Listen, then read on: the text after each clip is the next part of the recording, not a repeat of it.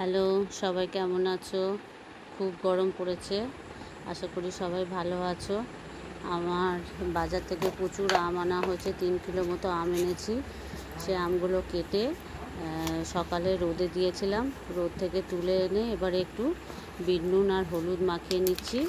এটা 3 কিলো আম আছে, এই আমটা দিয়েই আজকে 3 রকমের আচার করব। একটা গুড় আম করব, একটা চিনি দিয়ে করব, আর একটা তেল আম করব।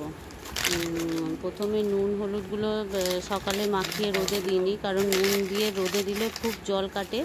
সেই জন্য শুধুই আমি কুলোতে করে একটা শুকনো কাপড় মেলে দিয়ে তাতে শুকাতে দিয়েছিলাম আমগুলোকে ভালো করে নুন হলুদ মাখিয়ে নিলাম।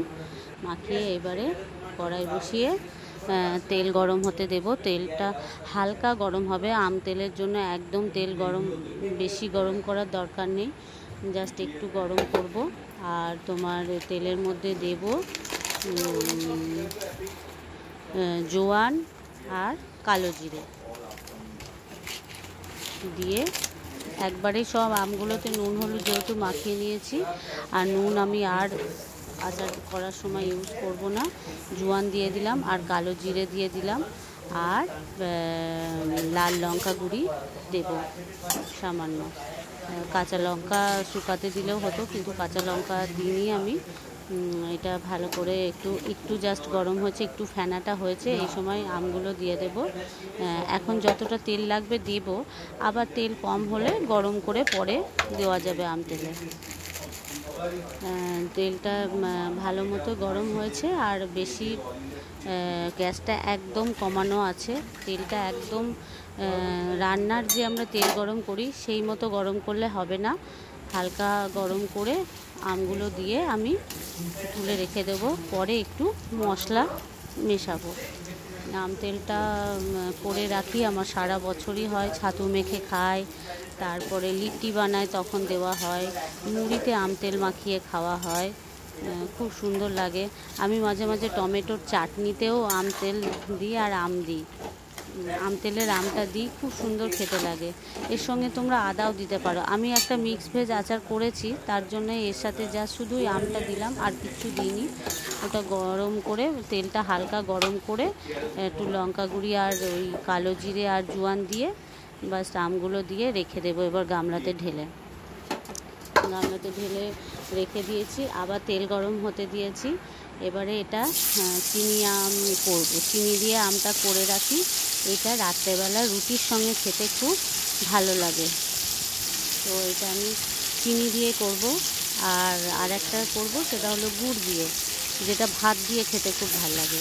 3 রকমের আচার করেছি, এটা শেষ হয়ে যাবে, বেশি হবে না। আবার যখন আম বাজারে প্রচুর আসবে আরও, তখন আবার করব।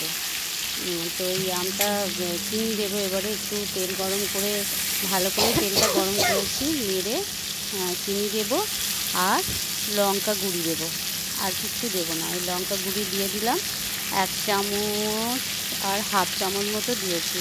এইটাতে তোমার 1 কিলো আম আছে। আমগুলো তোমার বেশি নরম হয়ে গেছে, শুকিয়ে একদম একটুখানি হয়ে গেছে, বেশি থাকেনি, ওই জন্যে এখন কম কম করে করছি, পরে আবার করব। আমার আচার সারা বছর করা থাকে। ফুলের আচারও আমি করে রাখি, আমের আচার করে রাখি, মিক্স ভেজ আচার করে রাখি, রসুনের আচার করে রাখি। যখন যেটা ভালো শেষ হয়ে যায়, তখন যেটা ভালো লাগে সময় পেলে করে রাখি। এইবার চিনিটা দিয়ে দিয়েছি, এবারে চিনিটা একটু ফুটতে দেব। ফুটে একটু কমে আসলে, একটু রস থাকা অবস্থায় আমি নামিয়ে নেব। এটা নামিয়ে নিয়েছি। আবার তেল গরম করে এবারে গুড় আম করব, তার জন্য আমি 5 ফোড়ন দিয়ে দিলাম আর শুকনো লঙ্কা দিয়ে দেব। বন্ধুরা, আমার রান্নার রেসিপিগুলো যদি ভালো লেগে থাকে, অবশ্যই তোমরা, আমি একদম সিম্পলভাবে করি, সিম্পলভাবে ঘরোয়া মারা যেমন করতো সেরকমভাবে সাধারণ একদম করি।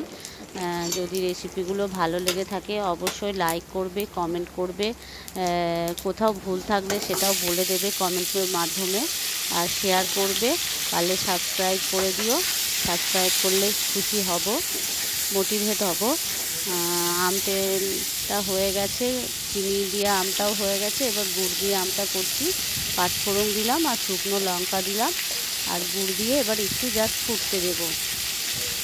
বেশি গুড় দিলে আমের যে টক টক ভাবটা সেটা চলে যাবে। আর একটু মশলা আমি ভেজে গুঁড়ো করে নেব, সেটা দেখাচ্ছি। এটা ফুটতে দিয়ে তারপরে মশলাটা রেডি করব। আম এখন প্রচুর বাজারে পাওয়া যাচ্ছে, এখনও ভালো করে ঝড় হয়নি। আবার যখন ঝড় হবে কালবৈশাখী তখন প্রচুর আবার আম পাওয়া যাবে। আমের আচারটা ভালোই লাগে খেতে। আমের যে শক্ত পাটটা হয় সেটাতে আচার আরও ভালো হয়। আমার আমগুলোর শক্ত পাটটা হয়নি, নরমই আছে, সেজন্য একটু গলা গলা মতো হয়ে গেছে। এই মশলাটা করে নিচ্ছি আমি। জিরে দেব, গোটা জিরে, গোটা ধনে, গোলমরিচ, এলাচ আর লবঙ্গ দিয়েছি। মশলাটা এবার করে নেব। ওটা নাবিয়ে রাখলাম গুঁড়ো আমটা। মশলাটা হালকা গ্যাসটা কমিয়ে ওটাকে হালকা ভেজে নেব, তারপরে মিক্সিতে একটু গুঁড়ো করে নেব। মশলাগুলো সব দিয়ে দিলাম, একটু হালকা ড্রাই করে নিয়ে ভেজে নেব। বেশি ভাজলে মশলার যে স্মেলটা সেটা চলে যাবে। শুকনো লঙ্কা দিয়েছি দুটো, আগে দুটো লঙ্কা দিয়েছি, ওই জন্য শুকনো লঙ্কা দিলাম, বেশি লঙ্কা দিলাম না। মশলাটা গুঁড়ো করে নিয়েছি, এইবারে গুঁড়ো আমের মধ্যে দিয়ে দেব।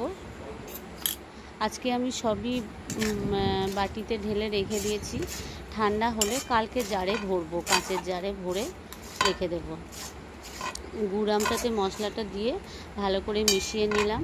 এবার ওই মশলাটায় সামান্য তেল আমে দিয়ে তেল আমটা মিশিয়ে নেব। তেল আমটাও গামলাতে ঢেলে রেখেছি, ওর মধ্যে মিশিয়ে নিলাম মশলাটা দিয়ে। সবাই এইভাবে আচার করে সারা বছর বাড়িতে করে রেখে দিতে পারো। যখন কোনো কিছু চাটনি হবে না তখন আচার দিয়ে ভাত রুটি খাওয়া যাবে। এই যে চিনি দেওয়া হয়েছে, এটা গুড় দেওয়া হয়েছে।